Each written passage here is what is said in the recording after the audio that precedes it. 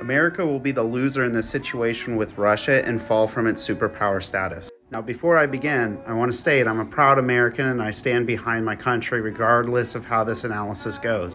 And I also think what Russia is doing is absolutely disgusting, and I have complete sympathy for Ukraine. I do not want Russia to win, but we have been living in complete ignorance. Militarily, I've already discussed why we would lose a war against Russia. And the common retort is, well, we've got the best military. See this plate right here? That's called SPY, sees far away. Those are typically broken on ships. This is a multifunction towed array. It's used to find submarines passively, typically broken on ships. This is called CWIS, close-in weapon system. It protects from aircraft and missiles. It's typically broken on ships, and so many more examples. But if the equipment is actually functioning, a very limited handful on the crew actually know how to operate it. The training is abysmal. I could go on about this, check out this video. New ship designs have failed, the existing fleet is old and turning into rust, getting parts is nearly impossible because original builders don't exist anymore. It's a big pufferfish. And don't even get me started on cybersecurity, which we just now decided to make a budget for. Now, these economic sanctions that were placed onto Russia from the US and the European Union honestly caught me off guard. I did not expect that because ultimately it's going to hurt us. Oftentimes, we just look at the 7.5% for inflation, but take a look at energy, 27%, gasoline, 40%.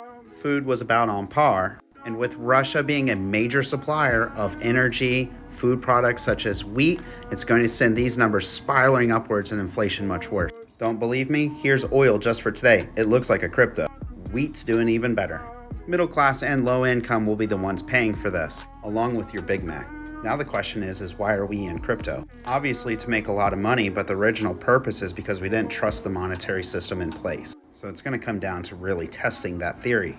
Why does Russia have 214 billion in crypto? Why did Putin reverse the Russian ban on cryptocurrency and then come out and talk about wanting to have mining in the country? I'm not exactly sure, but I think it's so that they can have a payment system with countries that comply for things like food and energy. And unfortunately, I think it's going to be China. There's been a lot of these demonstrations lately. I also know that people like Putin are far more patient with the markets and their reserves, whereas our political parties are changed out every 4 years. So by being in crypto and continuing to hold, what I'm really saying is that I'm betting on Russia and China to win, even though that goes against the American economy as much as I don't want that. There may come a day when comparing crypto to the US stock market will no longer be relevant.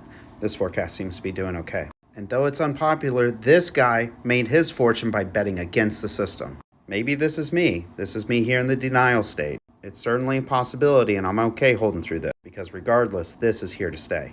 Thanks for stopping by.